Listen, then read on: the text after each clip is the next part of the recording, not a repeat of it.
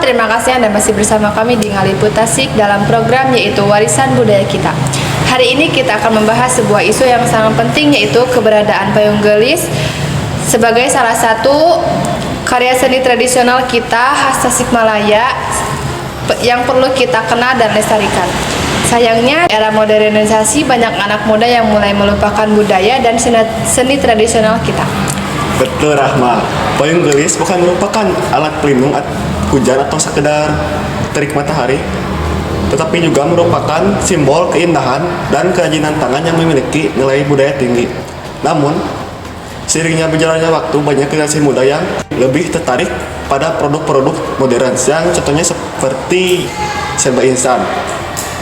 Untuk mendalami isu yang lebih lanjut, kita sudah berada di lokasi tersebut dengan rekan saya, Resna. Baik, Resna, gimana keadaan di sana? Baik, terima kasih Maulana dan Rahma. Payung gelis merupakan salah satu kerajinan payung kertas yang berasal dari kota Tasikmalaya. Payung ini terbuat dari anyaman bambu dengan penutup berbahan kertas yang dihias dengan motif khas berwarna-warni. Saat ini saya berada di salah satu sentra produksi payung di kota Tasikmalaya, lebih tepatnya di Jalan Panyingkiran. Di sini kita bisa melihat secara langsung bagaimana proses pembuatan payung yang memerlukan pemikiran tinggi dan ketelatenan. Namun, tantangan besar ini mengintai para pengrajin, dengan salah satunya kurangnya promosi dan generasi muda yang mulai melupakan budaya khas Tasikmalaya ini. Sekian, Resna melaporkan. Baik, terima kasih Resna. Saya sudah terhubung pada Yanisa yang sudah bertemu bersama salah satu pembuat payung gelis di Panyingkiran. Baik, terima kasih Maulana dan Rahma. Saya berbincang dengan Pak Sandi sebagai pengrajin payung gelis yang berkecimpung di usaha ini kurang lebih 7 tahun. Pak Sandi ini mengungkapkan bahwa penjualan payung gelis menurun dikarenakan banyak anak muda yang lebih memilih barang-barang modern dibandingkan barang-barang lokal. Baik, saya sekarang bersama Pak Sandi sebagai pengrajin payung gelis. Pak, bagaimana asal-muasal dari payung gelis? Mungkin kalau bicara sejarah singkat ya, saya nggak bisa secara global ya, karena takutnya berbenturan dengan budayawan, karena ada 2 versi untuk payung gelis ini. Yang akan saya sampaikan di sini mungkin menurut penuturan almarhum dari kakek saya. Dulu tuh payung gelis itu masuknya di tahun 1923 ke Tasik ini di daerah Babakan Payung. Dan dulu tuh bukan payung gelis tapi payung siem namanya. Seiring berjalannya waktu di tahun 1945-an, 1950 itu berubah jadi payung gelis. Kenapa jadi payung gelis? Karena mungkin seniman-seniman dari Tasikmalaya ini mungkin gatal tangannya untuk membubuhkan karya seninya di payung itu gitu kan. Akhirnya dilukislah bunga-bunga, dan kebetulan yang menggunakan juga kebanyakan perempuan. Jadilah namanya payung gelis waktu itu. Terus apa sih keluh kesah Bapak sebagai pengrajin payung gelis? Keluh kesah saya sebagai pengrajin mungkin generasi ya. Memang itu suatu keresahan yang benar-benar bikin saya menguras emosi juga gitu kan. Karena sulitnya menemukan generasi muda gitu kan. Sekarang dari pelukis saja sudah 79 tahun. Generasi mudanya belum ada gitu kan. Itu sebenarnya keluhan saya gitu kan. Terus bagaimana cara Bapak mengatasi ketika penjualan payung gelis ini sedang menurun? Cara mengatasinya mungkin saya gencar promosi di sosial media. Karena sekarang kan memang era digital gitu kan. Jadi promosi-promosinya lebih ke sosial media supaya lebih naik lagi untuk penjualannya. Terus menurut Bapak bagaimana cara mengembangkan budaya-budaya seperti pembuatan payung gelis ini di Tasikmalaya? Cara saya mungkin mengembangkannya dengan koordinasi dengan Karang Taruna gitu kan, supaya si anak-anak muda atau anak-anak kecil khususnya warga sekitar dulu gitu kan mengenal payung gelis ini sebagai budaya gitu kan. Umumnya mungkin untuk wilayah Tasik gitu kan. Jadi saya coba ke anak-anak kecil gitu kan untuk melukis dulu di sini gitu kan, pengenalan dulu gitu kan ke anak-anak kecil di sini supaya mereka tuh tahu bahwa ini budaya kota Tasik gitu kan. Bapak ini keturunan keberapa sebagai pengrajin payung gelis ini? Saya mungkin keturunan generasi penerus keturunan ketiga gitu kan. Saya mungkin cucunya dari Bapak Sahrod almarhum. Beliau salah satu pengrajin, mungkin bisa dibilang pionirnya payung gelis, karena hanya beliau yang dari 1930 sampai sekarang masih bertahan di payung gelis. Baik Pak, untuk pesan bagi anak muda di zaman modern ini bagaimana? Pesan saya mungkin untuk anak-anak muda, generasi muda yang khususnya gitu kan, yang ada di Kota Tasik, jagalah budaya Kota Tasik ini jangan sampai tergerus dengan budaya-budaya asing, budaya-budaya luar, dan karena si payung gelis ini sudah menjadi ikon Kota Tasik juga, sudah menjadi lambang Kota Tasik juga. Itu mungkin supaya bisa menjaga dan melestarikannya untuk anak-anak muda sekarang. Mungkin segitu saja wawancara dari saya. Terima kasih atas semua jawaban Bapak. Mudah-mudahan usaha payung gelis Bapak terus maju ya Pak. Amin. Terus berkembang juga di Kota Tasikmalaya. Sekian, saya Denisa melaporkan dari lokasi pembuatan payung gelis. Kembali ke studio. Baik, terima kasih Denisa. Kita juga sudah terhubung dengan Dapa Salsabila yang pada kali ini bersama guru dan siswi SMK Negeri 1 Tasikmalaya. Terima kasih Maulana. Saat ini saya sedang berada di SMK Negeri 1 Tasikmalaya. Saya mendengar beberapa informasi bahwasannya siswa-siswi SMK Negeri 1 Tasikmalaya ini sangat amat menghargai seni.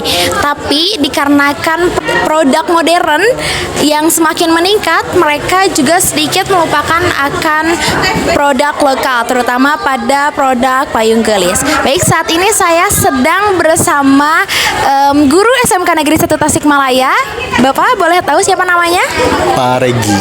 Baik, Pak Regi. Menurut Bapak nih, dari informasi yang sudah tersampaikan, bahwasannya anak muda itu sudah mulai melupakan produk-produk lokal, terutama produk payung gelis, dan mereka sudah memilih produk modern. Menurut Bapak, tanggapannya seperti apa? Baik, menurut saya penggunaan produk-produk lokal itu mestinya tetap dilestarikan ya, karena sebagaimanapun juga kita sebagai anak muda, Anda yang tentunya sebagai penerus bangsa ya, harusnya tetap melestarikan produk-produk lokal. Di satu sisi ini manfaatnya sangat besar terhadap pelaku UMKM produk tradisional, yang mana ini juga tidak mungkin sampai punah ya, jangan sampai punah kalah dengan yang produk modern. Maka dari itu sebaiknya Anda sebagai anak muda tetap melestarikan, menggunakan, membeli, menjadikan hal tersebut menjadi tren gitu, sehingga produk-produk modern itu tidak menguasai produk-produk lokal seperti salah satunya payung gelis tersebut. Oke, selanjutnya bagaimana sih cara melestarikan dan menjaga budaya, terutama produk payung gelis nih Pak, yang berada di Kota Tasikmalaya ini agar tidak punah, dan bagaimana caranya anak muda agar tetap menyukai produk ini sih Pak? Ya, karena Anda semua ini sangat bersahabat dengan sosial media, tentu produk-produk lokal ini bisa diposting, kemudian bisa diramaikan di sosmed, dan dijadikan ini menjadi tren, sehingga mungkin saja orang-orang lain atau anak muda yang di luar dari wilayah Tasik ini menjadi tertarik, menjadi antusias untuk menggunakan, membeli, memakai produk payung gelis tersebut. Baik, cukup Pak. Terima kasih Pak. Itu dia tanggapan dari guru SMK Negeri 1 Tasikmalaya mengenai produk lokal di zaman sekarang dan produk modern. Itu saja yang dapat saya sampaikan. Baik pemirsa, kembali lagi bersama saya. Saat ini saya sedang bersama siswi SMK Negeri 1 Tasikmalaya. Boleh tahu namanya siapa? Nama aku Regita, Dari jurusan apa? 11 kuliner 2. Kuliner. Baik, menurut Anda, tanggapan Anda, sekarang kan di zaman anak muda itu mementingkan produk-produk modern, sedangkan mereka juga melupakan produk-produk lokal seperti halnya payung gelis yang berasal dari Kota Tasikmalaya. Itu menurut Anda, tanggapan Anda bagaimana sih mengenai isu tersebut? Menurut aku, kita kan seorang pemuda Gen Z ya. Pasti kita menggunakan teknologi yang lebih canggih dan cepat. Jadi kalau misalkan balik lagi ke zaman modern dulu, kita bakal ketinggalan gitu, terutama kita Gen Z yang selalu mengikuti zaman. Jadi Gen Z itu mengikuti zaman agar tidak ketinggalan dan tetap mengikuti produk yang canggih ya. Ya, tapi kita juga bisa melestarikannya gitu dengan cara kalau ada pameran gitu kita bisa ikut kayak gitu. Tari-tarian juga. Tapi menurut kamu melestarikan budaya itu penting nggak sih, khususnya bagi kita anak muda nih? Penting banget. Jadi walaupun kita udah masuk ke zaman modern, jangan ngelupain zaman lama, apalagi ciri khas kita Kota Tasik. Ya, baik. Terima kasih Regita. Saya kembalikan kepada Anda, Rahma dan Maulana di studio. Terima kasih. Dari wawancara tersebut kita dapat melihat pro dan kontra mengenai keberadaan payung gelis. Di satu sisi ada pengrajin yang berjuang mempertahankan tradisi, di satu sisi ada anak muda yang mulai melupakan dan lebih tertarik pada barang-barang modern. Hal ini menunjukkan bahwa kita perlu menemukan keseimbangan antara menghargai warisan budaya dan mengikuti perkembangan zaman. Kita harus mendukung pengrajin lokal dan mengedukasi anak muda tentang pentingnya seni dan budaya kita. Untuk itu mari kita ingat bahwa payung gelis adalah bagian dari identitas kita sebagai bangsa. Jika kita tidak menjaga dan melestarikannya, maka kita akan kehilangan kekayaan budaya yang sangat berharga. Mari kita bersama-sama mendukung pengrajin lokal dan menghargai seni tradisional kita. Terima kasih telah menyaksikan program kami hari ini. Mari kita bersama-sama dan menjaga melestarikan tentang pentingnya mengenal budaya kita yaitu payung gelis agar kita hidup di generasi mendukung mendatang. Saya Maulana Hasbi. Saya Rahma Anggi Julian, pamit undur diri dan sampai jumpa.